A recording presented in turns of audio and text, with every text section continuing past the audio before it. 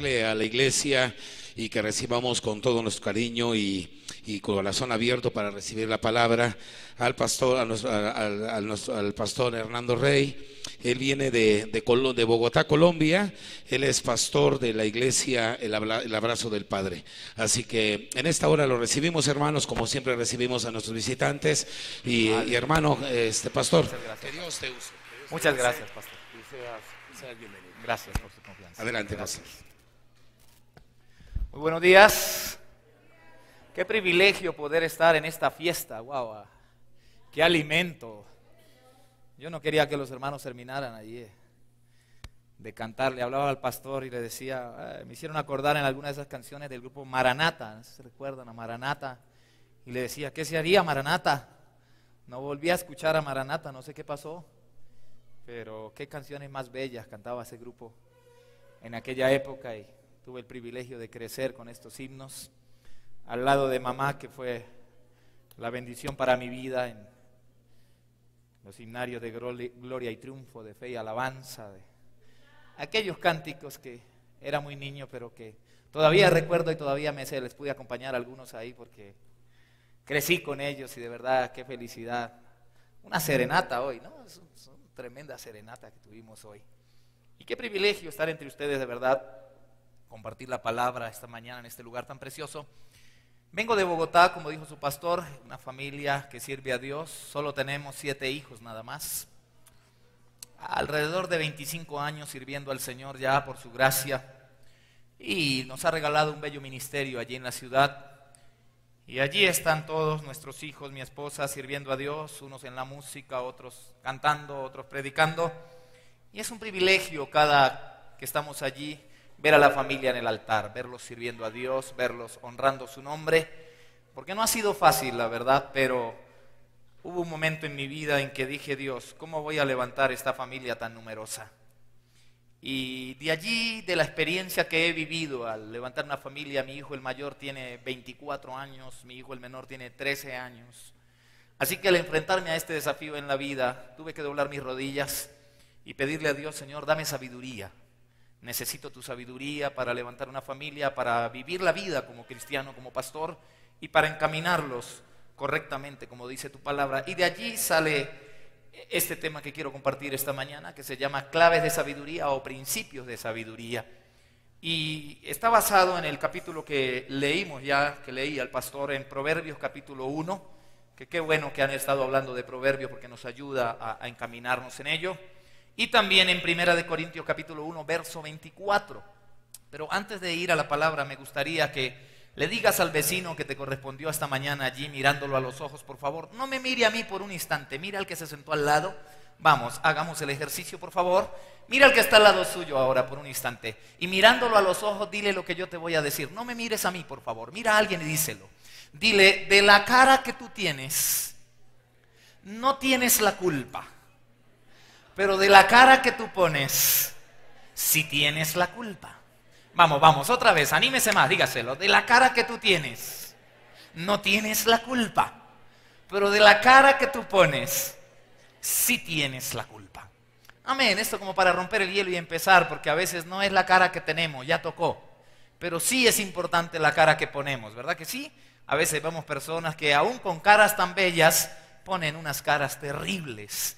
Y el problema a veces no es la cara que tenemos, es la cara que ponemos. Así que vamos a poner la mejor cara mientras hablamos estos minutos y permitimos que Dios hable a nuestra vida. Amén.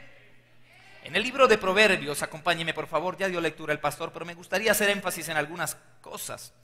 El libro de Proverbios es conocido como el libro de la sabiduría, escrito por Salomón, ¿verdad? Eso ya lo conocemos. Pero en los primeros capítulos hace la introducción Salomón el por qué se escriben los proverbios, qué da motivo, qué da origen a que se escriban los proverbios.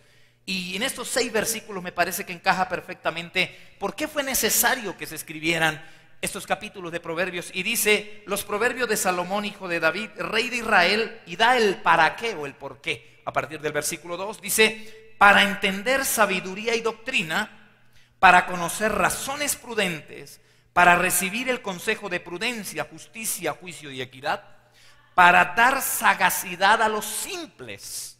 Wow, a mí me impresionó eso. y a los jóvenes inteligencia y cordura. ¿Están los jóvenes aquí este día? Díganme amén. ¿Vinieron la juventud? ¿Vino esta mañana la juventud? Para dar a los jóvenes, ¿qué? Inteligencia y cordura. Oirá el sabio y aumentará el saber, y el entendido adquirirá consejo.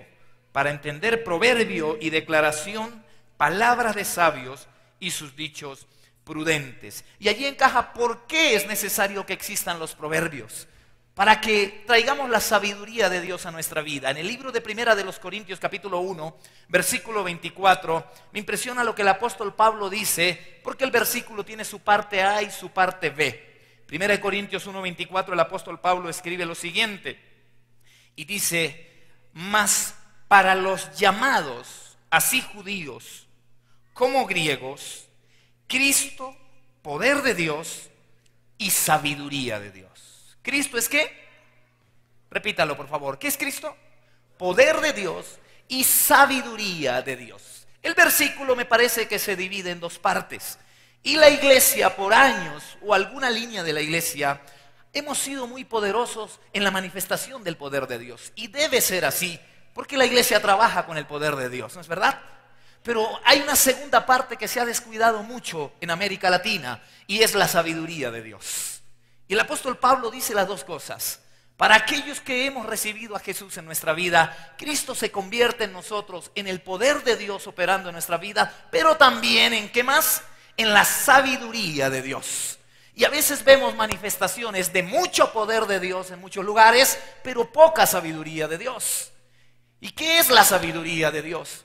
Se define como la capacidad de enfrentar situaciones en la vida de tal manera que los que no conocen aún a Dios puedan sorprenderse y preguntar, wow, ¿cómo lo hizo? Yo en su lugar me hubiese suicidado, yo en su lugar me hubiese perdido, pero ¿cómo lo hizo? Y nosotros poderle decir, por la sabiduría de Dios.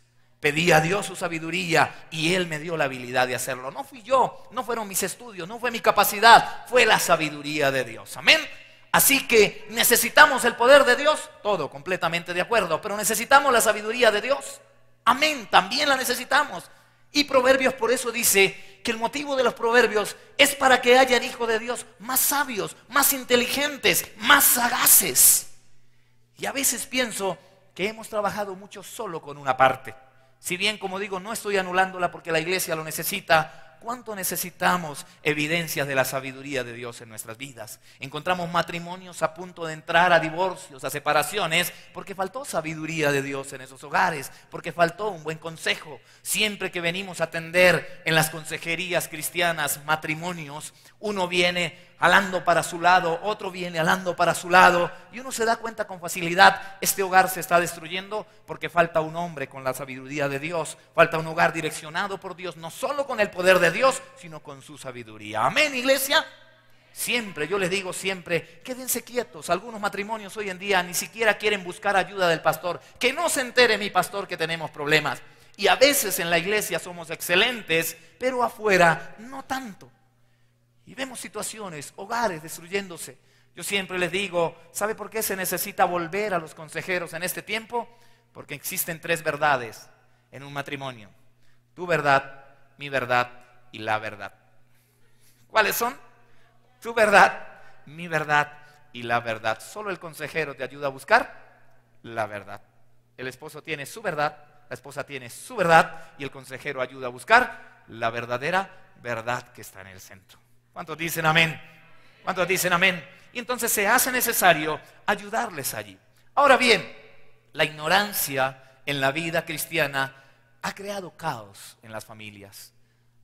Encuentro a diario casi en la iglesia familias que por años han servido a Dios, pero que a veces algunas terminaron al borde de la destrucción por falta de esa sabiduría, por falta de principios establecidos, de mirar la palabra, que no es solo el poder de Dios, no es solo hablar en lenguas, no es solo permitir que el Espíritu obre, que es necesario, debe ser así, pero también de doblar rodilla y decirle, Señor, dame tu sabiduría, porque cuando obramos mal, pues la Biblia dice que tenemos la mente de Cristo, ¿verdad? ¿Cuántos tienen la mente de Cristo hoy?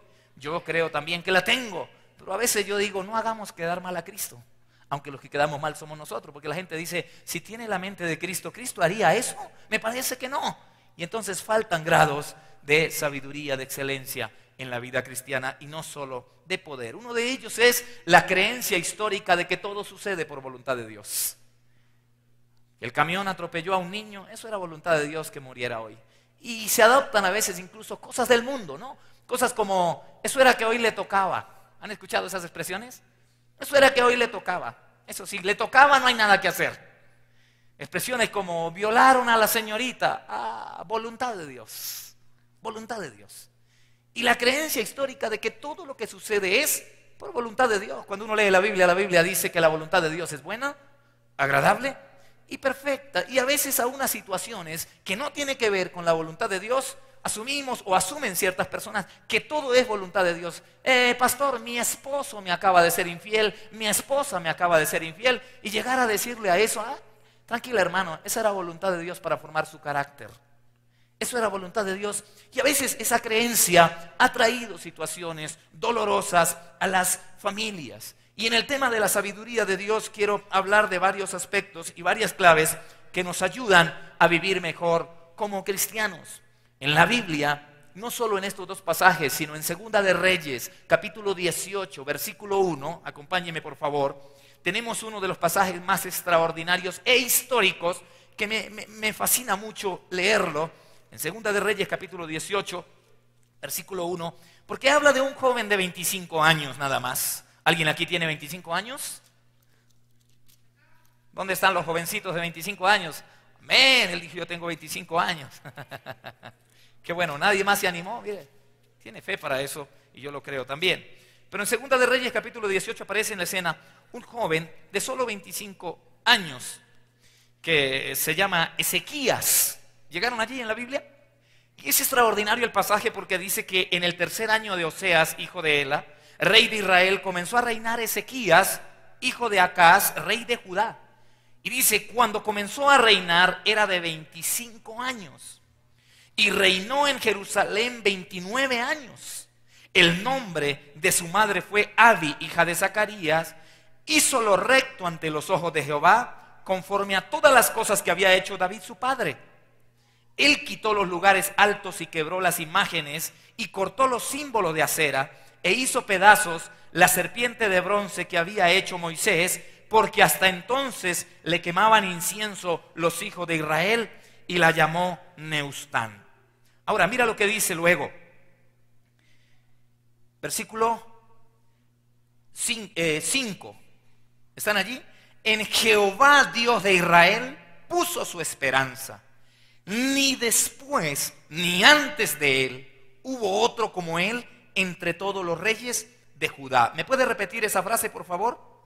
Ni después ni antes de él hubo otro como él entre todos los reyes de Judá. Wow, y a mí me impresiona eso, que la Biblia se ocupa históricamente de introducir en su historia a un jovencito de 25 años que comenzó a reinar, pero que al finalizar su etapa de reinado quede en la historia de los libros de la Biblia como el mejor. Y dice que ni después ni antes de él nadie lo superó. No hubo otro como él en todos los reyes de Judá. Pero llegar a ese nivel no es por accidente. Algo debió suceder con este muchacho. ¿Qué fue lo que él manifestó? ¿Qué fue lo que él vivió? Para mí, cierto, el poder de Dios, pero también la sabiduría de Dios. Y lo primero que demuestra la sabiduría de Dios para que el muchacho quede en la historia es en las decisiones. La vida se compone de decisiones y todos estamos enfrentados a tomar decisiones. Jóvenes, señoritas, matrimonios, todos en la vida nos vamos a enfrentar a decisiones. Y muchos de los hogares y muchas de las personas que fracasaron y dieron pasos en falso fue por malas decisiones, por falta de sabiduría y de guianza de Dios. Las decisiones llevaron a este hombre a quedar en la historia como el mejor. ¿Cuántos de nosotros que tenemos hijos nos alegra cuando vamos al colegio, a la universidad y escuchamos que nuestros hijos ocupan los primeros lugares? ¿Les ha pasado? Antes de viajar a México, mi hija se graduó de Negocios y Comercio Internacional en una de las universidades de Bogotá. Y me impresionó porque llegué al grado un poco sobre el tiempo. Mi hija entró rápidamente, fui a estacionar mi vehículo y me demoré un poco en el estacionamiento. Y cuando entro al auditorio, no alcancé ni a prender mi cámara y ya estaba empezando a mencionar a cada uno de los estudiantes. el jefe de protocolo. Y cuando yo voy a sentarme en el auditorio, él dice, y la primera persona que queremos recibir por este lugar es a la que ocupó el primer puesto con el mejor promedio este año en negocios y comercios internacionales, Angie Tatiana Rey. Y cuando él dice eso, yo dije, wow, es mi hija. Pero yo no me había ni encendido mi cámara porque no alcancé a llegar, así que no logré filmar aquel momento. Y la llaman adelante y le entregaron una medalla, una condecoración lindísima. Y de muchos que había en ese auditorio, yo sentí lo que siente todo padre cuando es llamado su hijo a un momento como estos. ¿Alguien sabe de lo que estoy hablando? Dígame amén. Y uno dice, esa es mi muchacha, esa es mi hija por la que me esforcé. Porque hubo momentos de los semestres donde no alcanzaba para cancelar un semestre. Nos veíamos en dificultades y mi hija se me acercaba y decía, ¿qué vamos a hacer, papá? Hasta mañana hay plazo para cancelar y si no, no me dejan entrar. Y voy a perder y me voy a atrasar. Yo le decía, mañana el problema estará resuelto. Y ella me decía, ¿qué piensas hacer? ¿Y sabe cuál es la respuesta? No lo sé, hija. No tengo ni idea. Solo sé que tengo un Dios grande que nunca me ha dejado en vergüenza. Y Él lo va a hacer con nosotros. Y el mañana siempre llegaba. Y cuando mi hija regresaba de la universidad, papá, ¿me dejarán entrar al siguiente día? ¿Pudiste pagar? ¿Y qué cree que yo le decía? Sí, una vez más Dios fue fiel. Una vez más pudimos hacerlo. Y cuando se graduó de esta manera y pudo descender al final y pude abrazarla, no se me olvidan las palabras de mi hija mostrándome su medalla. Y me decía, papá, este triunfo es tuyo. Yo te lo dije que no te iba a defraudar, que yo no iba a estudiar un más o menos, que yo quería ser la mejor, que yo podía ser el mejor. Y hoy en día falta sabiduría y yo desafío a los matrimonios por donde voy diciéndoles, ¿qué le parece si con la sabiduría de Dios asimilamos retos de ser los mejores? El desafío de ser los mejores, de no ser del montón, que nuestros hijos, que nuestro matrimonio no sea uno más, que mi liderazgo no sea uno más, que yo como pastor no cuente como uno más, sino le diga a Dios, si estás de mi lado, yo quiero abrazar el desafío en esta tierra de ser los mejores. ¿Cuántos dicen amén a eso? De ser los mejores. ¿Cuántos pueden decir que su matrimonio es de los mejores y no el mejor?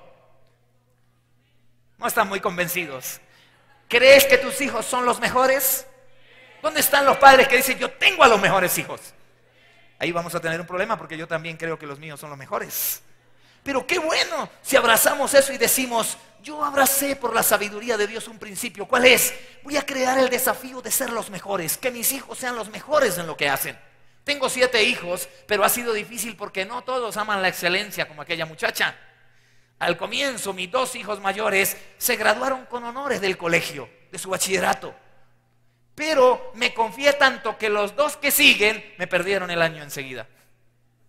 Y me llevé la lección de vida tremenda, porque yo dije, los 2 primeros no había que estar pendiente de ellos. ¿No les pasó a ustedes? Ellos solitos trabajaban, ellos solos hacían, ellos solos se esforzaban. Y yo dije, todos mis hijos tienen los mismos genes, todos van a ser iguales, todo. Y me confié cuando me llamaron del colegio y dijeron, están perdiendo el año. Y ya lo veo difícil. Y fui yo el del error, porque me confié demasiado y creí que todos, al ser del mismo molde, ¿no les ha pasado? Van a salir iguales y resulta que no todos salen iguales. No tengo un hogar perfecto, pero ya Dios me ha recompensado con la excelencia de algunos de ellos. Amén. Pero un desafío, yo le dije a Dios, yo no quiero tener una familia más o menos, porque hoy en día los chicos a veces van al estudio y uno les pregunta, ¿cómo eres en la iglesia? Ah, soy el mejor músico, el mejor adorador, el mejor líder, el mejor predicador. ¿Y cómo vas en tu colegio? Más o menos. Y uno no paga en la vida para más o menos. Y en la vida en Dios se debe saber que si no eres excelente allá afuera, ¿cómo podrás ser excelente aquí adentro? Amén. Que la excelencia del Hijo de Dios se demuestra donde quiera que nosotros estemos. Donde quiera que Dios nos permita ir.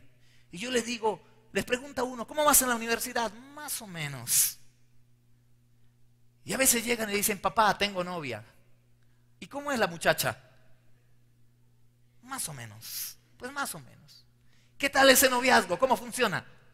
Pues más o menos. Papá, me voy a casar. ¿Y cómo quieres la boda? Pues una boda más o menos. ¿Y cómo quieres que te vaya en la luna de miel? Bueno, no me contesten, pero ya se lo imaginan, ¿no? Y van a regresar diciendo exactamente la misma frase. Porque en la vida no se trabaja, no se invierte, no se sueña por más o menos. Dios exige en la Biblia excelencia en todo. Amén. Y solo se logra cuando tenemos dos cosas: el poder de Dios y la sabiduría de Dios. Y en la sabiduría de Dios, una de las cosas en las que fallamos mucho es en las decisiones que tomamos en la vida. ¿Cuántos están enfrentados en este tiempo a decisiones importantes? Levánteme la mano el que dice: yo sí que tengo que tomar decisiones. Yo sí que tengo que tomar decisiones. Y este muchacho encuentro en este pasaje que fue sabio porque hizo tres cosas importantes en las decisiones. Primero, tomó decisiones correctas. Y qué difícil es en un mundo que se descompone, en un mundo torcido, decidir lo que es correcto. Y qué difícil es enseñarle a nuestros hijos en un mundo donde queremos ganar o quiere la gente ganar, haciéndole trampa a los demás, enseñarles a decidir lo que es correcto. Este joven dice que llegó a ser el mejor de la historia porque decidió lo correcto. Y decidir lo correcto no es fácil, señorita. Decidir lo correcto no es fácil, mis hermanos. Habrá momentos donde nos vemos estrellados a decisiones correctas que nos van a doler tomarlas. Pero como hijos de Dios, con su poder y su sabiduría, sabremos y estaremos convencidos que es lo mejor que debemos decidir. Amén. Que es lo correcto. Decisiones correctas. Lo segundo que yo veo que él tomó fueron decisiones radicales. Hoy en día el cristianismo está pasando una etapa difícil. Colombia es un país que... ¿Cuántos han podido visitar nuestra nación, mi nación? ¿Alguno de acá ha estado en Colombia? Hay cantidad de mega iglesias. Y cuando hablo de mega iglesias, estoy hablando que hay iglesias que en este momento llegaron a las 36,000 células familiares. El ministerio de niños de una de esas iglesias, cuando entras, encuentras el récord del 2016 y dice 36,000 grupos familiares y 14,000 grupos de iglesia infantil que funcionan el día sábado. Más o menos te puedes hacer una idea cuál será la membresía. Es impresionante. Y como ellos, hay 5 mega iglesias poderosísimas, digo yo, porque solo una de ellas es dueña de 35 emisoras. Y cuando dices 35 emisoras, las 24 horas predicando el evangelio, eso pesa, ¿verdad? Eso pesa mucho. Eso pesa bastante. Pero a veces, ¿cómo vemos que las decisiones como iglesia inclusive pueden afectar una nación para bien? Hoy en día tenemos el poder cristiano en Bogotá para poner el alcalde si nos pusiéramos de acuerdo, pero las decisiones no son tan correctas a veces en el pueblo y en el cuerpo de Cristo. Las decisiones no son las mejores. ¿Por qué cuesta tomar decisiones correctas cuando hay intereses de por medio creados en muchas cosas? Y eso va a afectar sí o sí a esta generación. Las decisiones. ¿Cuántos saben lo que son decisiones correctas? Todos, ¿verdad? Pero también saben lo que son decisiones equivocadas. Alguien tomó en la vida decisiones equivocadas y sabe lo que eso costó. Conozco mujeres, señoritas, que tomaron decisiones equivocadas, quedaron embarazadas, se enamoraron o no se enamoraron, se dejaron atraer, porque hoy en día las generaciones de jóvenes creen que están enamorados de un día para otro. Y nunca podrás amar bien aquello que conoces mal. Solo se puede amar bien aquello que se conoce bien. Nunca amarás bien aquello que conoces mal. Si puedes decírselo a alguien ahí, díselo. Solo se puede amar bien lo que se conoce bien. No puedes amar bien aquello que conoces mal. Por eso el mundo no puede amar a Jesús, porque no lo conoce. Y solo se ama lo que se conoce. Así que les presentan a alguien un día y al otro día están enamorados. No puedes enamorarte de lo que no conoces. Y por eso tenemos juventudes donde la señorita al mes, a los 2 meses dice: mi amor, lo que hicimos no tiene nombre. Y el chico le dice: y mi apellido tampoco, porque yo no pienso responder. Porque no puedes amar bien aquello que no conoces bien. Por eso, ¿cuántos conocen a Jesús? ¿Cuántos han conocido a Dios? Si lo conoces, lo puedes amar bien a plenitud, porque lo conoces. Amén. Estamos en el tiempo de las decisiones correctas, solo por la sabiduría de Dios, guiados por la sabiduría de Dios. Pero también estamos en el tiempo de las decisiones radicales. No alcanzan las decisiones correctas si no son radicales. Conozco personas que decidieron lo correcto, pero solo les duró una semana. Y a los 8 días volvieron a ceder y volvieron atrás. Para que una decisión correcta se mantenga, necesitamos que sea una decisión radical. Dice que aquel joven se levantó con toda su fuerza, su sabiduría, el poder de Dios, y decide lo correcto. Voy a destruir los altares que levantaron en mi nación. Voy a buscar a Dios con mi corazón. Eso le iba a traer problemas encima, iba a ganar enemigos, pero él dice: estoy haciendo lo correcto. estoy haciendo lo correcto y no solo necesito hacer lo correcto, sino hacerlo de una manera radical. No daré pie atrás. Pero en tercer lugar, no alcanza a decidir lo correcto, lo radical, sino que toda decisión llena de la voluntad y de la sabiduría de Dios necesitamos que sea correcta, radical y valiente. Diga conmigo fuerte: correcta, radical y valiente. Vamos, iglesia, acompáñeme, dígalo hoy: correcta, radical y valiente. ¿Podemos hacerlo mejor? Correcta, radical y valiente. Hay gente que decide lo correcto. Hay gente que por día son radicales, pero no son valientes. Y en el momento que tienen que enfrentarse, aplauden con las rodillas. Y no se sostienen en lo que decidieron. Este rey a sus 25 años comienza, y me gusta porque aplica las tres cosas: guiado por el poder de Dios y por la sabiduría de Dios. Amén. Guiado por el poder de Dios y ¿por qué más? Por la sabiduría de Dios. Y él retoma cosas que vio en David y aprende de él y edifica a la nación con lo que ha aprendido, pero guiado por el poder de Dios y por la sabiduría de Dios. ¿Cómo estamos viviendo los padres y modelando para los hijos de este tiempo en una generación que se desbarata? ¿Está usted modelando como mamá para sus hijos con sabiduría y con poder de Dios? El libro de Ezequiel 16:44 contiene algo que yo no sabía que estaba en la Biblia por mucho tiempo, hasta que me enteré, y es un dicho que creo que aún en México también se menciona, ¿no? Ezequiel 16:44 dice: he aquí todo el que usa de refranes, te aplicará a ti el refrán que dice: cual la madre, tal la hija. Eso dice Ezequiel 16:44. ¿Cómo conocen el dicho aquí en México? De tal palo, hijo de tigre. Ah, en Colombia también no lo sabemos así.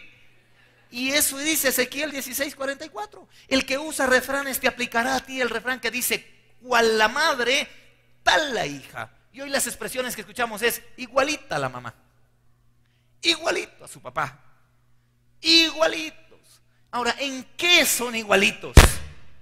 Esta mañana mi hijo de 23 años está ministrando en la iglesia en Bogotá y está predicando, y me están haciendo llegar fotos de cómo va la administración, cómo va la palabra, cómo va. Y cuando yo miro eso, yo digo: igualito a su papá. Y para mí es un privilegio en esta hora decir: en el momento que yo como padre estoy exponiendo una palabra en México, en esta iglesia preciosa, mi hijo está exponiendo una palabra en Bogotá, también de parte de Dios, para bendecir a un pueblo. ¿No le parece emocionante eso? Y usted decir: wow, que estemos haciendo lo mismo con nuestra familia. Pero a veces decimos: pastor, yo quiero una familia así, pero no decimos: ¿cómo hiciste para llegar ahí? Algunos dicen: pastor, yo quiero su unción, quiero predicar como predicas, pero no se preguntan: ¿cómo se hace para llegar ahí? Porque todo lo queremos por ósmosis, ¿no? ¿Cómo canta? ¿Cómo toca el piano de hermoso, hermano? ¿Será que puede orar por mí para que yo me lleve esa unción y empiece a tocar el piano así? Y él va a decir: ¿por qué no me preguntas más bien cómo he hecho en la vida para llegar ahí? ¿Cuántas horas de estudio, de práctica? ¿Cuántas veces he trasnochado? ¿Cuánto me ha costado en dinero? ¿Cuánto? Porque la gente quiere todo fácil. La gente quiere todo fácil. ¿No les parece que hoy en día queremos: qué chévere tocar así, hermano? Por eso hay muchos cristianos que ya están calvos poniendo la cabeza para que oren por ellos. Y no pasa nada y no hay cambio, porque no es así. Dios no bendice el mínimo esfuerzo, Dios bendice el máximo esfuerzo. El éxito no ocurre por accidente, viene ligado al esfuerzo de las personas. ¿Cuántos dicen amén? A la excelencia de las personas, a la sabiduría de la gente. Pero tenemos generaciones a veces que no quieren el mayor esfuerzo. Mi hijo, el menor, tiene un sueño que yo no pude cumplir. Mi sueño antes era ser futbolista profesional. Y mi primo hermano era mi mejor amigo y él llegó a ser futbolista profesional en Colombia. Yo no llegué y mi papá no quiso apoyar eso. Y dijo: no, fútbol no, estudio. Pero ahora mi hijo más pequeño me decía: papá, yo quiero ser pastor como tú. Y se ponía mi ropa, mis corbatas, y tiene fotos. Yo soy el pastor Hernando, decía pequeño. Pero una noche para un evento me encontró a las 2 de la mañana estudiando y escribiendo. Yo escribo mucho.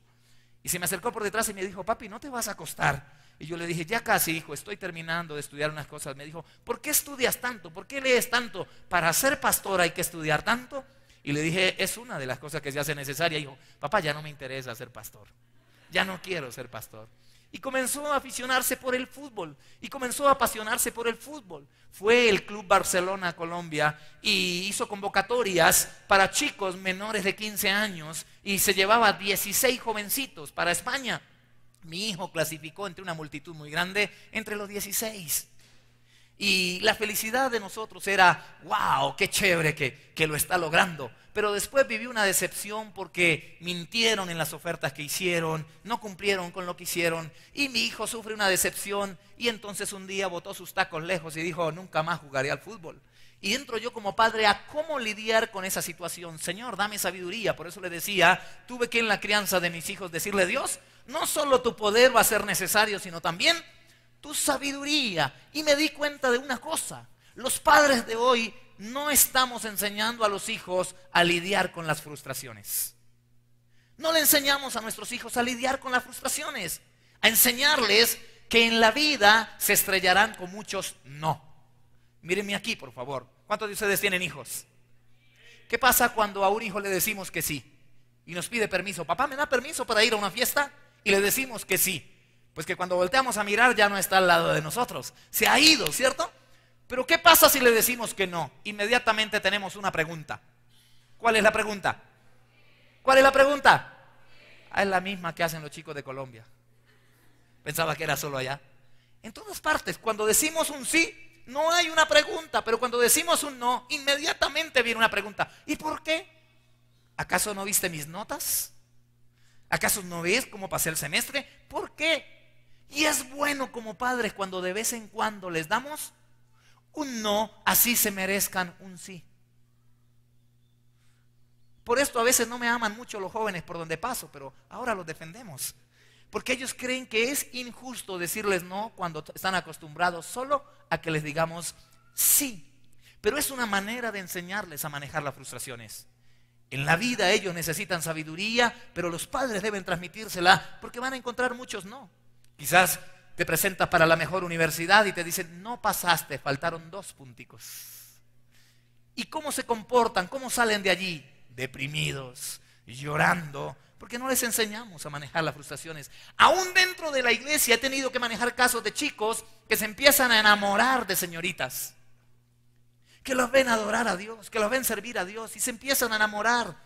Y luego llega el día en que empiezan a hablar de una relación de noviazgo y la señorita les dice, estás muy equivocado.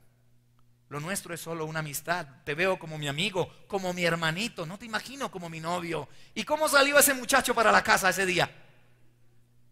Con una frustración impresionante. Y al llegar a casa mamá le dice, ¿qué tienes? Y, a mí no me pasa nada. A mí no me pasa nada. Ah, bueno, no le pasa nada. Pero no les enseñamos a manejar las frustraciones, porque a veces falta sabiduría. Y cuando hablo de familia digo, tanta sabiduría falta que cada año tengo que escuchar cantidad de mamás que están lidiando con hijos que entraron a la adolescencia. Y en la adolescencia, en Colombia, quizás en México no, hay un proceso que enfrenta a todo adolescente y es el volverse monosílabos. ¿Cuántos saben de lo que hablo? Y como no venimos como padres con un manual debajo del brazo, tenemos que pedirle toda la sabiduría a Dios cuando empezamos a criar adolescentes, porque de niños están bajo nuestro control, ¿verdad? Pero cuando crecen, se empiezan a salir de control. Nosotros somos la última generación que obedeció a nuestros padres y la primera generación en obedecer a los hijos. Tristemente, pero es así. Pero cuando empieza la adolescencia, llega una etapa donde se vuelven monosílabos. ¿Qué hacen? Cuando llegan del colegio, mamá dice, ¿cómo te fue en el colegio? Bien. ¿Vas a comer? ¿Quieres más? ¿Tienes tareas? Pero háblame. Contéstame. Y a veces creen que es rebeldía del muchacho y yo tengo que abrazarlos y decirle, mamita, tranquila, bienvenida a criar adolescentes. Ahora necesitas doblar tus rodillas y no solo pedirle a Dios poder, sino pedirle sabiduría para criar estos muchachos que se me crecieron, Dios. Necesito tu sabiduría. ¿Cuántos dicen amén? Necesito tu sabiduría. No solo tu poder, sino tu sabiduría. Entonces, cuando vemos esta situación, vemos cómo en la familia hoy en día está faltando verdaderos padres responsables con el poder y la sabiduría de Dios, no solo con la Biblia debajo del brazo, sino con el poder y la sabiduría de Dios. ¿Dónde están los hombres que son padres de familia, pero trabajan con esas dos cosas en sus hogares? Dicen, me he movido en el poder de Dios, pero también en la sabiduría de Dios. ¿Hay uno aquí este día que me diga amén? Wow, nos salvamos. Uno dijo amén, gloria a Dios. Pero necesitamos trabajar en ello. Necesitamos pedirle a Dios, Dios, dame sabiduría. 3 cosas hizo este muchacho para quedar en la historia. ¿Cuáles fueron? Tomó decisiones correctas. Segundo, tomó decisiones radicales. Y en tercer lugar, tomó decisiones valientes. Entonces las decisiones son claves en la manifestación de la sabiduría de Dios en una familia, en una vida, en un individuo, aún en una empresa. Hay empresas buenísimas que Dios dio a los hijos de Dios, pero que se están destruyendo por falta de sabiduría de quien está al frente. Y hay un segundo principio que quiero dejarte este día en principios de sabiduría o en claves de sabiduría. Y es una decisión que como padre tuve que tomar y que me costó en principio, pero que ha bendecido mi familia. No toleraré nada que dañe mi familia o mi vida. Todo lo que toleras en la vida nunca lo vas a cambiar. Todo aquello que toleras en la vida nunca lo vas a cambiar. Ejemplos. Una esposa que tolera la primera vez que su esposo la golpee y lo toleró, nunca ese hombre lo va a cambiar. Será una esposa maltratada por años, porque todo lo que toleras en la vida no lo vas a cambiar. Si tú toleras aquello, un noviazgo cristiano que desea vivir para agradar a Dios, que desea vivir en santidad, que sirve a Dios en su iglesia, que honra a Dios en su ministerio, pero que permite el pecado sexual, ¿sabe cómo va a seguir ese noviazgo de ahí en adelante? Con relaciones sexuales, porque lo toleró. Uno de los mejores ejemplos es ¿cuántos se mudaron de casa y se dieron cuenta que a la nueva casa que llegaron estaba espectacular, muy bonito su departamento, pero había un mal olor, quizás en el baño, quizás en la tubería? Y la esposa dice, mi amor, está muy lindo el lugar al que me traes, pero por favor arregla lo que está dañado porque huele muy mal. Y el esposo dice, ya va mi vida, pero es viernes y entre viernes, sábado y domingo tenemos que dejar ubicadas todas las cosas. Así que vamos a instalarnos primero, te ayudo y luego arreglo el daño que hay en la casa. El domingo todo está impecable, viene la familia a conocer el lugar, cómo quedó, para dónde se vinieron. Y cuando entran dicen, wow, está lindísima su casa, pero ¿qué es ese mal olor que hay aquí? ¿De dónde proviene ese mal olor? Y la esposa voltea a mirar al esposo y le dice, te lo dije, no arreglaste el daño. Ay, cierto que nos hizo falta eso. ¿Por qué lo notaron los que llegaron y los que habitan no? Porque lo toleraron. Y lo que se tolera no se cambia. Y en la sabiduría de Dios, los que tenemos autoridad sobre nuestras vidas y sobre nuestros hogares, debemos tomar decisiones correctas. En ese caso, no toleraré nada que dañe a mis hijos, que dañe a mi familia, que dañe mi matrimonio, que dañe mi relación con Dios. ¿Cuántos dicen amén? No toleraré nada, porque lo que se tolera no se cambia. Y entonces es el tiempo que nos lleva a decir, necesito tomar decisiones correctas, con la sabiduría de Dios, sí, con el poder de Dios, sí. Pero ¿qué he estado tolerando? Capaz que cada uno de nosotros ha tolerado cosas como cristianos, ¿verdad? Que sabemos que no deben permanecer más en nuestra vida, pero que ha hecho falta valentía para decidirlo. Amén. Para tomar decisiones correctas se necesita valentía. Para tomar decisiones radicales se necesita valentía. ¿Qué has estado tolerando en la vida que como hijo de Dios hoy debes decir, no toleraré más esto porque estoy poniendo en riesgo mi matrimonio, mi familia, a mis hijos o mi servicio a Dios aún en la iglesia? ¿Qué estoy permitiendo? ¿Qué estoy permitiendo? Vivimos en una época donde carecen los valores, donde carece la honestidad, donde carece la integridad. Vivimos en una época donde poco se transmiten estos principios y estos valores. No sé en México qué momento está pasando, pero Colombia, hay un movimiento muy fuerte, si han seguido las noticias de Colombia, que quiere sacar valores y principios de los colegios. Y la frase que nos sorprendió como cristianos fue, necesitamos replantear esta situación de Colombia porque hay que cambiar los manuales de convivencia de los colegios. Y hay que sacar ciertas normas históricas que tienen que ver con los valores familiares. Y esto empezó a introducirlo un movimiento donde dicen, ya no se puede mencionar la palabra él o ella. Y creo que aquí también están peleando por lo mismo. Nosotros estamos en Colombia dando la batalla. ¿Sabe cuál es la única manera de enfrentar eso? Familias bien formadas, llenas del poder de Dios, de la autoridad de Dios, pero también llenas de la sabiduría de Dios. Necesitamos matrimonios que digan: yo abracé el desafío de ser los mejores. Y como los mejores vamos a enfrentar a un mundo que se desbarata, que se desborona. Amén, iglesia. Amén, iglesia. Dice que un hombre se mofaba de que él era el hombre más honesto, porque su padre le había enseñado la honestidad desde pequeño. ¿Qué es la honestidad? Aquello que el mundo conoce de mí, aquello que yo muestro a la gente, aquello que la sociedad conoce de mí. Eso es honestidad, pero la integridad va mucho más allá. ¿Qué es la integridad? ¿Quién soy cuando nadie me ve, sino solo Dios me ve? Es lo que soy yo delante de Dios. Amén. Mi vida íntima, privada, donde nadie me ve. Y dice que aquel hombre se mofaba de decirle a la gente: mi papá me enseñó a ser un hombre honesto. ¿Dónde está la gente honesta de este lugar? Todos, ¿verdad? Levantaríamos la mano todos. Y él decía: algo que aprendí de mi padre de niñez es la honestidad, a ser un hombre honesto. Así que llegó con una mujer bellísima a un restaurante, se sentaron a cenar, y a aquella mujer le impresionaba mucho la honestidad de este hombre. Y cada pregunta que le hacía, él le respondía: es que mi padre me enseñó a ser un hombre honesto. Si algo aprendí del hogar de papá fue a ser honesto. Y de pronto la pareja que está enfrente, en la mesa del frente, se levanta y olvidan su bolsa, su bolso allí. Y el hombre se acerca y dice: ¿dejaron abandonado esto? Miremos qué hay. Y cuando lo abre, se da cuenta que está lleno de dólares. Y la mujer le dice: ¿y qué vamos a hacer con esa cantidad de dinero? Y el hombre le dice: mi papá me enseñó a devolver lo que no es mío. Ellos en 10 minutos van a regresar a buscarlo. Así que vamos a guardarlo acá, porque muy pronto van a regresar a este lugar por lo que es de ellos. Y aquella mujer más se enamoraba y que decía: wow, conseguí al mejor. Qué hombre tan honesto, qué hombre tan lindo. Quiero que sea el padre de mis hijos. Un papá así.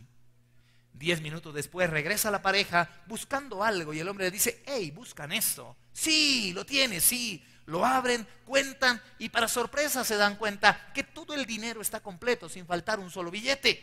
Así que el hombre se voltea y le dice: ¿qué podemos hacer por ustedes? ¿Qué honestidad hay en ustedes? Y el hombre le dice: es que eso lo aprendí de papá. Y lo felicitan, lo abrazan, pero el hombre antes de irse le dice: es el momento de hacer algo. Nos permite hacer una nota. Nosotros somos del noticiero de las 7 de la noche, salimos en vivo para esta ciudad y queremos mostrarle a esta ciudad este dato de que esta ciudad todavía tiene hombres honestos. Así que saca la cámara, la enciende, el hombre se levanta y pone su mano y le dice: apague esa cámara. Usted no puede filmarme en este momento. Y le dice: ¿pero por qué? Permítenos mostrar esto. Y el hombre dice: que la apague, por favor. Hay alguien en casa que no se pierde este noticiero todas las noches y es mi esposa. Y me va a ver porque la mujer con quien estoy es mi amante. Así que el hombre estaba sobrado de honestidad, pero no tenía integridad. Amén. Tenía mucha honestidad y se mofaba de su honestidad. ¿Pero qué le faltaba? Ser íntegro. ¿Y cómo falta sabiduría de Dios para decir: necesito revisar mi vida, Señor, en mi nivel de integridad? Porque la integridad va más allá que la honestidad. Amén.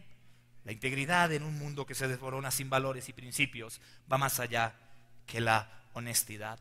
Tercer principio tiene que ver con dedicaré el mejor tiempo al cuidado de mi familia. Dedicaré el mejor tiempo al cuidado de mi familia.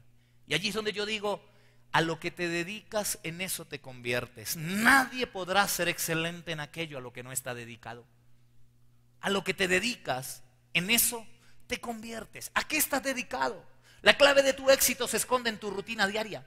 La clave de mi éxito se esconde en mi rutina diaria. Queremos ser exitosos, pero ¿a qué estamos dedicados? ¿Cuál es la rutina diaria?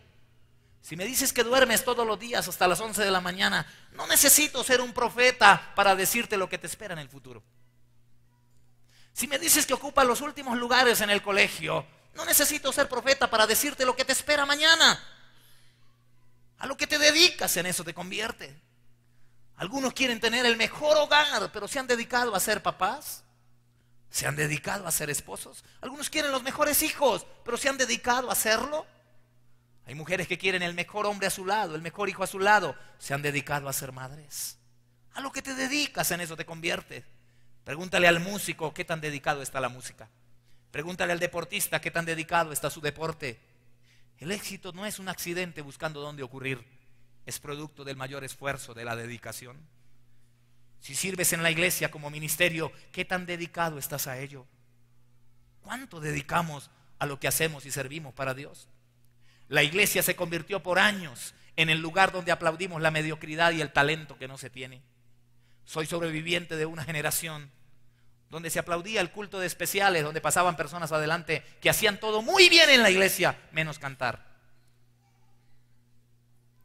Y no es que estamos matando sueños. Alguien dice que soy matasueños, por eso no. Pero pasaban personas sin ninguna preparación. Pasaban a hacer duetos, a hacer tríos. ¿Alguien es sobreviviente de esa época? Y pasaban a leer el himnario. Y yo recuerdo, aún mi mamá lo llegaba a hacer. Mi mamá era una extraordinaria mujer sirviendo al Señor en la iglesia, pero no cantaba. Algunos cantan bien, pero se les oye mal. Y el cuerpo de Cristo pues a veces quiere las partes visibles, ¿verdad? Pero se nos olvida que de pronto somos riñón en el cuerpo de Cristo y que el riñón nadie lo ve, pero que cumple una función vital en el cuerpo de Cristo. ¿No les parece?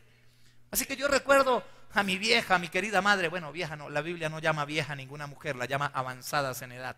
Paréntesis para explicar eso. Nunca se deje decir vieja ni viejo. La Biblia dice, era Sara avanzada en edad. Mejor usemos ese término, ¿no? Para no herir susceptibilidades. Pero yo recuerdo que mamá hacían dúos, hacían tríos, hasta cuartetos llegaron a hacer. Y pasaban adelante, hacían todo bien menos cantar.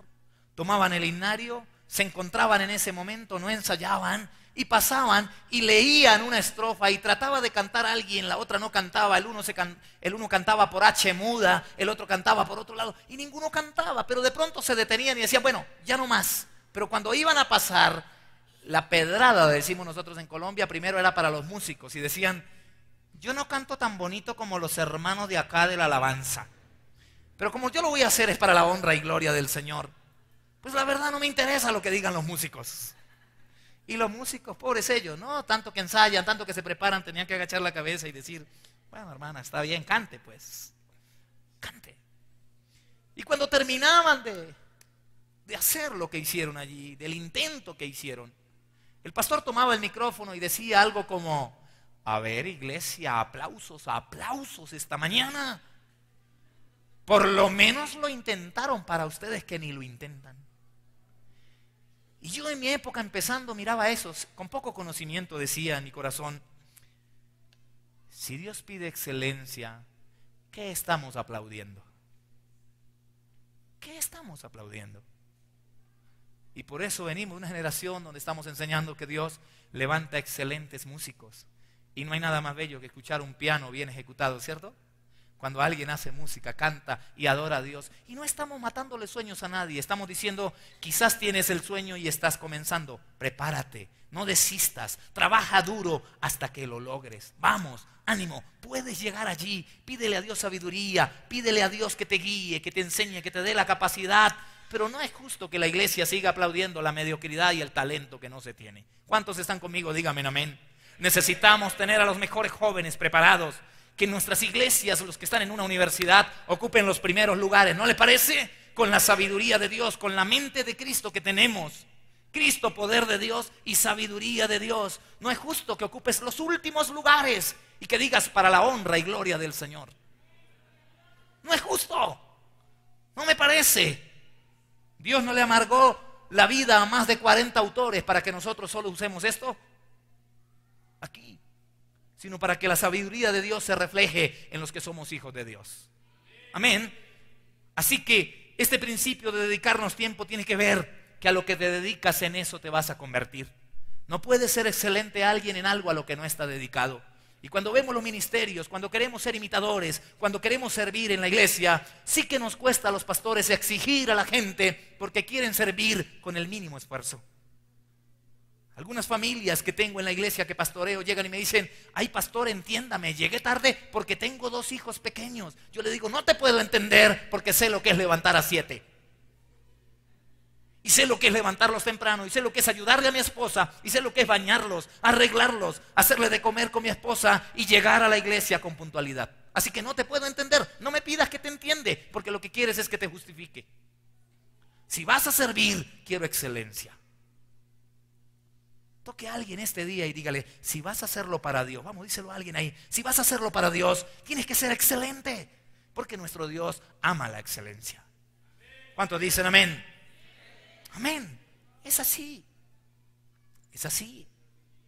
Un día mi hijo, como director de la música en la iglesia, está terminando su carrera de música y es un apasionado de la música. Y un día tenían el lanzamiento del grupo musical y habían preparado algo muy bonito, todo el grupo. Y los vi ensayar muchos días, mucho tiempo. Pero de pronto me llamaron y me dijeron, su hijo va mal. Su hijo no está estudiando, su hijo está a punto de perder, su hijo no está dedicado y acaba de romper el vidrio de este lugar y tiene que venir como papá a pagarlo porque ahora está jugando fútbol en este auditorio con unos amigos que ocupan los últimos lugares. Y cuando me dicen eso, estábamos a 2 días de la presentación. Y yo tomo a mi hijo en la casa y le digo, hijo, quizás suena duro lo que le voy a decir, pero si no eres excelente afuera, ¿cómo vas a ser excelente adentro? Y agachó la cabeza y dijo, papá, corrígeme como quieras, papá, tienes razón, corrígeme como quieras. Le dije, sí, como quieras te voy a corregir, hijo. No quiero que toques el sábado. No quiero que estés ahí. Y empieza a llorar y me dice, castígame si quieres, pégame si quieres, pero no me quites lo que amo hacer. He ensayado tanto con esos muchachos. Mira mis manos cómo están, papá. He ensayado tanto en esa guitarra, papá, no me hagas esto. Y le dije, lo hago, hijo, porque evidencias excelencia de un hijo de Dios en lo que vas a hacer. Y no me parece justo que te pares en el altar como director de un grupo con la mediocridad que tienes afuera. Hijo, no vas a tocar. Y mi hijo se fue hacia su cuarto y yo me fui detrás de él. Detrás mío iba mi esposa. ¿Y sabe cómo va la mamá en ese momento? Ay, ¿de verdad lo vas a castigar así? ¿De verdad? ¿Es de verdad que lo vas a castigar? Ay, no le hagas eso al niño, ¿de verdad? Y yo le dije, ya no es tan niño, déjame formarlo, déjame. Y mi hijo se fue, entró a su cuarto, dejó la puerta abierta, él no se dio cuenta que nosotros íbamos detrás y se acostó boca abajo, cual largo es en su cama. Escúcheme, esto fue real. Empezó a darle golpes a su colchón.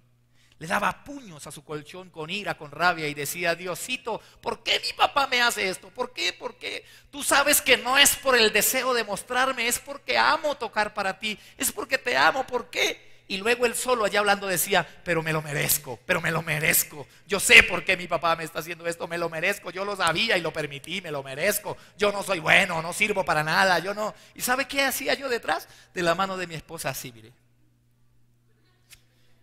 Y mi esposa me apretaba la mano fuerte y me decía, ¿le vas a mantener el castigo? Dime que no, dime que no, dime que lo vas a dejar tocar. Y yo me salí y le dije, no, déjame. Voy a mantenerle el castigo. Llegó el sábado, se presentaron los muchachos, cantaron, tocaron y todos se acercaban en el momento y él estaba en primera fila al lado míos. Y todos los chicos pasaban y le decían, ¿no vas a tocar, Jonathan? ¿Qué pasó? Y él bajaba la cabeza y le decía, no, pregúntenle a mi papá. Y me hizo llorar esa situación porque había visto a mi hijo esforzarse tanto. Pero soy radical en eso, iglesia. Y digo, tanto me exijo yo, ¿cómo puedo yo venir a hablarles a ustedes de esto? Y ustedes dicen, ¿pero será cierto en su vida privada? ¿Cómo puede alguien venir a servir a Dios aquí, en el altar, si no es excelente allá afuera en su casa? Si no es un excelente padre, si no es una excelente esposa, si no es un excelente hijo. ¿Estamos dedicados a hacerlo como hijo de Dios?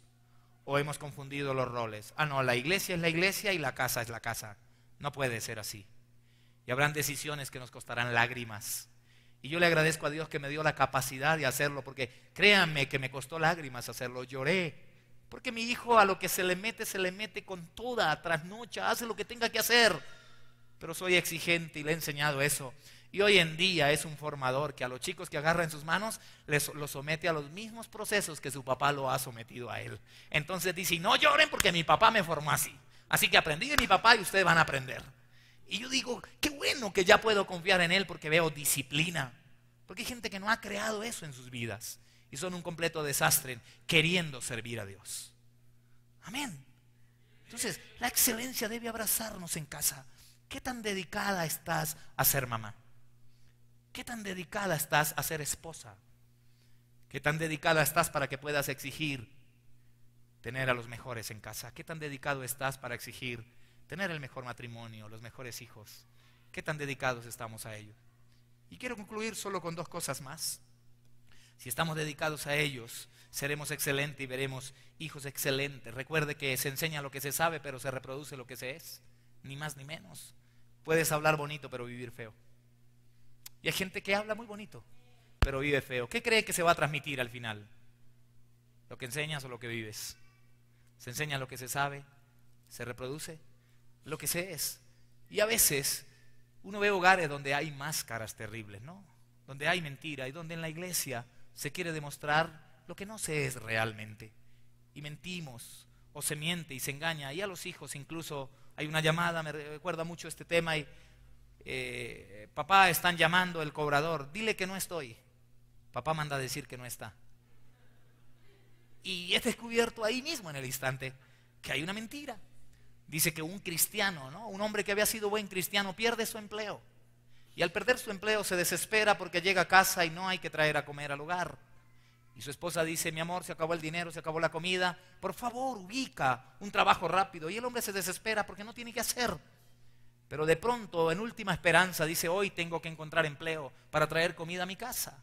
Se da cuenta que a la entrada del pueblo donde viven se está instalando la carpa de un circo. Y cuando ve que se está instalando la carpa de un circo, ve un aviso que dice, se necesita empleado. Y él se acerca y dice, este va a ser mi empleo. De aquí llevaré el alimento para casa. Señor, ayúdame para que aquí encuentre empleo. Y va y habla con el dueño del circo y el dueño del circo le dice, mire señor, viniendo de camino hacia acá se nos accidentó el gorila de este circo, que es el show central de nuestro circo todas las noches. Así que aquí está el disfraz. Necesitamos alguien que haga de gorila esta noche, que se ponga este disfraz y que imite perfectamente a nuestro gorila. De tal manera que cuando el auditorio esté lleno y los niños estén aquí, todos aplaudan al gorila y no se den cuenta que es un humano el que va a imitar al gorila. Y el hombre dice, Dios mío, pero esto es una mentira, yo soy cristiano. Voy a engañar a los niños y a la familia que van a venir, pero necesito dinero. Y finalmente en su lucha interna no es capaz de decidir lo correcto, sino que acepta el trabajo. Entrena toda la tarde y cuando llega la noche el auditorio está lleno, está full. Y el presentador dice, señoras y señores, el número de la noche. ¿Cuánto quieren ver a nuestro gorila que saltará desde ese lugar hacia ese extremo? Y mientras él salta, ustedes aplauden. Y todo el auditorio se enloqueció y va el primer santo a la cuenta de 3. 1, 2, 3, nuestro gorila. Y el gorila pasa al otro lado y todos los niños se enloquecieron. ¡Wow! Impresionante. ¿Otra vez? Sí, segunda vez. Solo que la tercera vez el director dice, es la última vez y se despedirá del auditorio con aplausos. Por favor, desde la última parte de allá hasta el último extremo de allá será su último salto. Y el gorila se lanza y los niños aplauden y se enloquecen con tan mala suerte que no midió el impulso y fue a dar por encima de unas barras de seguridad y cayó en la jaula del león. Y cuando aquel hombre cae disfrazado de gorila en la jaula del león, el león se pone de pie. Y cuando el león se levanta, el hombre empieza a llorar, Dios mío, perdóname, yo sé por qué me está pasando esto. Yo mentí, yo engañé, yo soy cristiano, no debía hacer esto, perdóname, dame una oportunidad. Y el león empieza a acercársele. Y entre más se le acerca el león, el hombre llora. Señor, perdóname, no me quites la vida de esta manera, tengo unos hijos que me necesitan. Perdóname, fallé, mentí, perdóname. Y el león se le viene encima y el hombre cierra los ojos esperando el ataque del león. Y el león se le acerca al oído y le dice, cállate o perdemos el empleo los dos.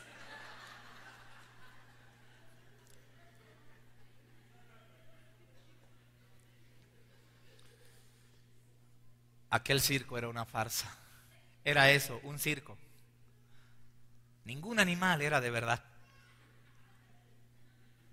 Era un engaño. Era una mentira. Pero en nuestra relación con Dios no lo podemos engañar. Por eso luchar por crecer en integridad es un acto de sabiduría y no solo de poder de Dios. Puedes tener todo el poder de Dios, pero yo digo que no hay más peligroso que un bruto con unción. Y se ve mucho en esta tierra, de verdad que sí. Hoy en día en Colombia estamos siendo azotados por un movimiento que por 300,000 pesos colombianos viene y te da 2 días de seminario y a los 2 días te entregan un diploma y una credencial donde te ungen como apóstol y profeta? Y cuando uno mira eso, dice, ¿qué está pasando con la iglesia del Señor? Personas que no llevan sino 1 año de convertidos al Señor y les dieron un liderazgo en la iglesia y ahora pasan y por 300,000 pesos reciben una credencial de apóstoles y profetas. Y si bien ha habido avivamiento del bueno en nuestra nación, estamos siendo invadidos por fuegos extraños que se han venido metiendo a la iglesia. Estuve en un lugar muy poderoso con canal de televisión, de radio, predicando. Y cuando llegué a aquel lugar, el hombre me dijo, ¿eres profeta? ¿Eres apóstol? Le dije, no, por la gracia de Dios soy pastor, soy maestro y trabajé muchos años como evangelista. Me dijo, mire pastor, yo quiero ser sincero con usted. Estaba en la ciudad de Caracas y me dijo, aquí el pastor no vende, aquí vende el profeta y el apóstol. Yo tengo que presentarte como profeta y apóstol, no te puedo presentar como pastor porque aquí el pastor no vende.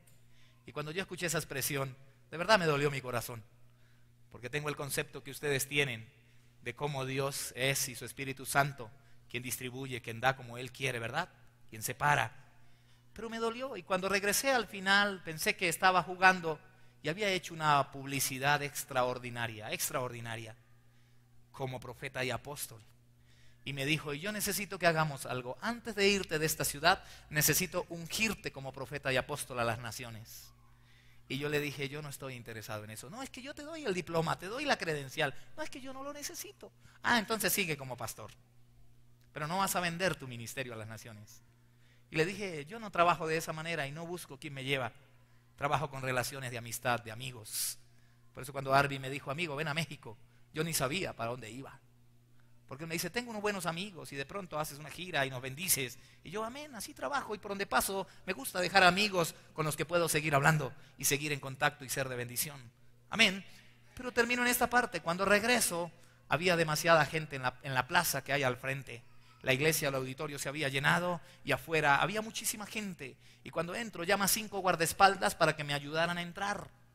Y cuando uno no vive de esto, pues hay 2 maneras, ¿no? O el ego visita tu vida, que es muy fácil, o agachas la cabeza como aquel burrito de la entrada triunfal en Jerusalén que ustedes recuerdan, ¿no? Que se volvió el más fino porque todos le tiraban palmas y mantos y le decían, Hosana, Hosana, Hosana. Y el burro decía, ningún burro ha sido tan fino como yo. A ningún burro le han dicho esto, a ningún burro le han puesto manteles y palmas en el piso. De pronto alguien gritó por allá al fondo, Hosana, bendito el que viene encima del burro.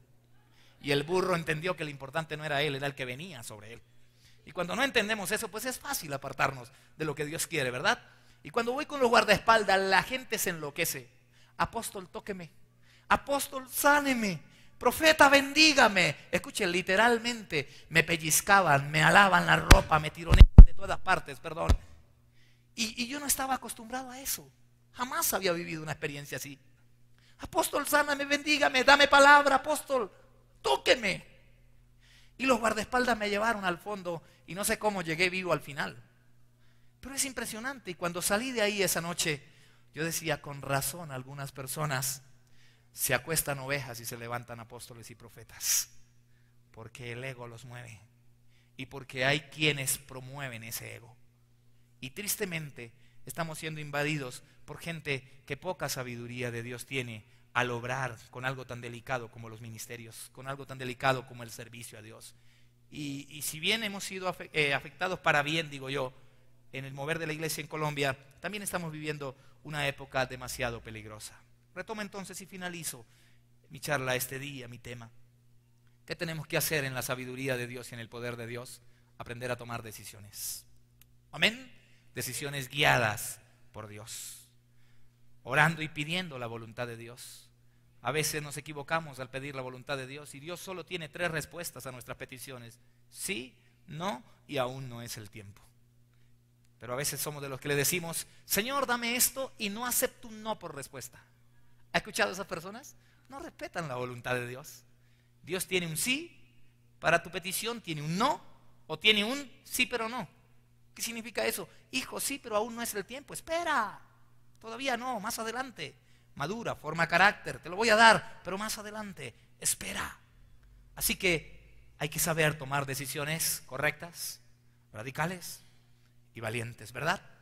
Pero también hay que decidir no tolerar nada que afecte ni mi relación con Dios, ni mi familia, ni a mis hijos, y ser capaces de decidir eso. Y en tercer lugar dijimos, decidir dedicarnos el mejor de los tiempos, porque nadie puede ser excelente en aquello a lo que no está dedicado. En aquello a lo que no está dedicado. Y por último, señores, si tú insistes en tomar aquello que Dios no te ha dado, Dios terminará llevándose aquello que sí te había dado. Te lo repito. Si tú insistes en tomar aquello que Dios no te ha dado, Dios terminará llevándose aquello que sí te había dado. Es uno de los principios de sabiduría que quiero implantar por donde voy, porque tenemos gente en estos tiempos que pierde lo mismo que perdió Adán y Eva. Dios a ellos les entregó todo el huerto, ¿recuerdan? Había de todo árbol, pero hubo uno que Dios se reservó y dijo, ese no lo toques, no insistas en tocarlo porque ese es mío, me lo reservo para mí. Pero el hombre insistió en tomar lo que Dios no le había dado. Cuando el hombre toma lo que Dios no le había dado, ¿cuál fue la decisión de Dios? Le retiró todo lo que sí le había dado. Y el hombre pierde todo lo que Dios le había dado. Porque si tú insistes en tomar lo que Dios no te dio, Dios terminará quitándote lo que sí te dio.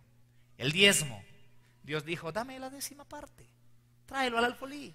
Pero nosotros insistimos muchas veces en lo que no es de nosotros. Y en tercer lugar, el matrimonio. ¿Cuál fue la mujer que Dios te entregó en el altar? ¿Es la misma que hoy deseas? ¿Cuál fue el hombre que Dios te entregó en el altar? ¿Es el mismo de tus sueños el día de hoy? ¿Cuántos están insistiendo en tomar lo que Dios no les dio? Insisten, porque quizás la niña con un cuerpo de guitarra con la que se casaron ahora tiene cuerpo de guitarrón. Quizás ya no tiene los 90, 60, 90 del matrimonio, pero insisten en tomar lo que Dios no les dio. Insisten en tomar lo que Dios no les dio. Y si tú insistes en tomar lo que Dios no te dio, un día regresarás a casa y no encontrarás tus preciosos hijos. Un día regresarás a casa y no estará el hogar que por años construiste, el llanto de sus hijos, la risa de sus hijos, lo que había en el hogar, porque insististe en tomar lo que Dios no te había dado. Hay mujeres, hay hombres que siguen insistiendo en tomar aquello que Dios no les entregó. Y si insistes en tomar lo que Dios no te dio, Dios terminará quitándote lo que sí te había entregado. Y entonces llorarás diciendo, dame una oportunidad, solo una, Dios. Y Dios dirá, demasiado tarde, jugaste con mi gracia. Jugaste con mi gracia, porque confundimos el hecho de que la gracia es gratis. No confundas lo gratis con lo barato. Estamos en una sociedad donde si alguien regala comida decimos, así de buena será, si la están regalando. Y se ha confundido el hecho de que la gracia es gratis. El hecho de que sea gratis no significa que sea barata. Costó la joya más preciada que tiene el cielo, a su Hijo Jesús. Así que no es gratis. Y por último, iglesia, todo lo que tú y yo no arreglemos en el silencio con Dios, después de un tiempo, Dios lo hará público. Todo aquello que tú y yo no arreglemos en el silencio con Dios, después de un tiempo, Dios lo hará público. Así que hay personas que han estado sembrando lo correcto y están preparados para cosechas correctas. Pero hay personas que han estado sembrando cosas no tan correctas y están listos para unas cosechas dolorosas. Que Dios nos ayude y que este día, esta palabra bendiga su vida y diga, Dios, con tu sabiduría y tu poder necesito entrar a tomar decisiones. Necesito entrar a tomar decisiones. ¿Por qué no te colocas sobre tus pies por un minuto y hablamos con Dios este día? Y le dices, Señor, quiero abrazar tus principios que me bendicen. Y quiero pedir tu poder, pero también tu sabiduría para bendición de mi casa, para bendición de mi familia. Es más aún, si estás con tu familia este día, ¿por qué no abrazas a tu familia allí con respeto, pero con todo el amor del cielo? Y oramos juntos, ¿les parece? Allí donde estás, bendice a los tuyos. Y dile, Dios, vienen decisiones sobre esta familia. Quizás alguien mientras hablo dice, hay que tomar decisiones con los hijos, hay que tomar decisiones, estamos tolerando ciertas cosas, hay que tomar decisiones en mi vida, hay que tomar decisiones en mi relación con Dios. Quizás alguien vino y dijo, por eso se está dañando mi familia, por eso se está dañando mi relación, por eso se están dañando mis hijos, porque hemos tolerado cosas que nunca debimos permitir. Vamos, abraza a los tuyos allí, oremos juntos y dígale, Dios, bendigo mi familia, porque las decisiones que estoy tomando en este lugar trascenderá generaciones. Bendecirá a tus hijos, bendecirá a tus nietos, bendecirá a generaciones lo que hoy decidas en este auditorio. Padre, te doy gracias en el nombre de Jesús. Gracias por tenerme en este lugar tan maravilloso. Pero te pido que los que dice Pablo, que para los que nos hemos encontrado contigo, eres poder, pero también eres sabiduría. Te pido que esa palabra nos abrace en este día, Dios, y que nosotros abracemos el desafío de ser los mejores. Quizás hay una mujer aquí llorando hoy que dice: ese es mi anhelo, ser los mejores. Ese es mi deseo, mi oración, mi petición, que mis hijos sean los mejores. Pero entre más pido a Dios, a veces lo veo tan lejano, a veces lo veo tan distante. Dios, trae convicción y autoridad para tomar decisiones correctas, para tomar decisiones radicales, para tomar decisiones valientes, así duela en la vida hacerlo. Bendigo tu iglesia, tu pueblo precioso, lavado por tu sangre, que hoy decide en familia, que hoy bendice esa familia, pero que hoy dice: si Dios es excelente, no puedo ser inferior en la excelencia. Necesito hacer todo lo que haga con excelencia para Dios, con excelencia para mi casa, con excelencia para mi vida. Señor, quizás hay alguien que ha estado insistiendo en tomar lo que tú no le has entregado. Quizás hay alguien que ha estado cediendo a la tentación. Quizás hay alguien que ha estado caminando en ella, entrando en ella, porque no se cae en tentación, se camina hacia ella. Te pido que ahora traigas la capacidad, por tu sabiduría y tu poder, de decidir lo que es correcto, de romper hoy con aquello que tenga que romper y de vivir la plenitud que tú nos llamaste a vivir. Quizás hay alguien hoy que no ha estado dedicado y dice: estoy perdiendo mi hogar, estoy perdiendo mi familia, estoy perdiendo a mis hijos, cada día los veo más lejanos. Habla su corazón en este día para que pueda salir de aquí con una decisión en su vida, Dios, y decir: voy a dedicarme más. Mi amor, voy a dedicarte más tiempo. Voy a hablar quizás lo que hace años no te he dicho. Voy a volver a alimentar quizás lo que por años he dejado morir, porque no me he dedicado a ser esposo, no me he dedicado a ser padre, no me he dedicado a ser el hombre de Dios de esta casa. Dios, ayúdanos. Bendigo cada familia y pido tu bendición sobre esta casa, sobre este ministerio, y que traigas bendición sobre cada vida que hoy vino para adorarte, para honrarte y para escuchar tu palabra. En el nombre de Jesús. Amén y amén. Iglesia, muchas gracias. Que Dios les bendiga. Pastor, gracias. Que Dios bendiga sus vidas. Muchas gracias. Y no olviden que en Colombia hay un ministerio que se llama El Abrazo del Padre, un lugar para habitar en familia. Allí estaremos para recibirles. Gracias.